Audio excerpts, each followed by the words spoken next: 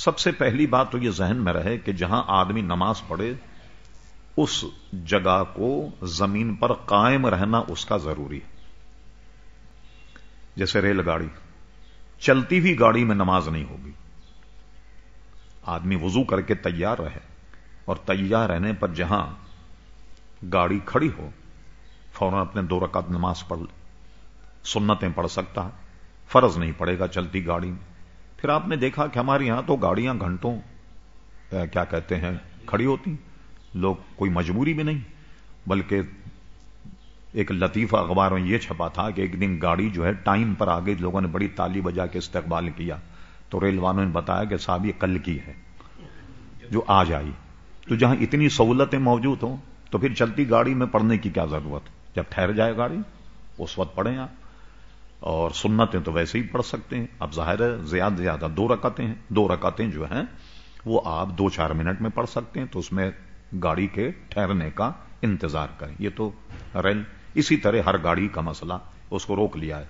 Car में अगर आप हैं तो आपके हाथ में स्टीयरिंग है, जब चाहे आप गाड़ी को रोककर एक तरफ होकर के नमाज पढ़ लें। अब आए किश्ती का, ये तो पानी की सतह पर चल रही है। अब इसको आप अगर खड़ा भी कर दें तब भी पानी के ऊपर है। इस उज़र की वजह से कश्ती पर नमाज हो जाएगी। लेकिन अगर कश्ती किनारे पर है, आप चाहें तो किनारे पे उतर करके नमाज पढ़ के कश्ती में बैठ सकते हैं। अब कश्ती पर नहीं होगी, बल्कि उतरना पड़ेगा, उतर के फिर कश्ती में बैठ।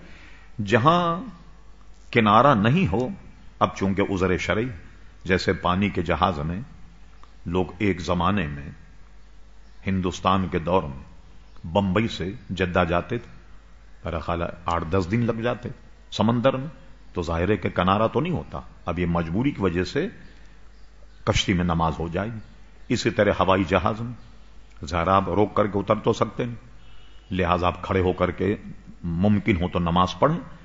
और अगर खड़े होकर आपने नमाज पढ़ ली तब उसमें लौटाने की भी जरूरत नहीं।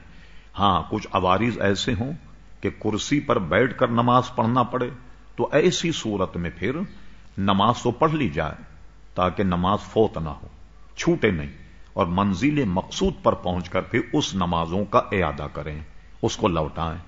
चूंकि नमाज कसर कजा हुई तो अपने वतन या जहां आपको जाना वहां पहुंचकर कजा भी कसर ही करेगा, पूरी नहीं करेगा।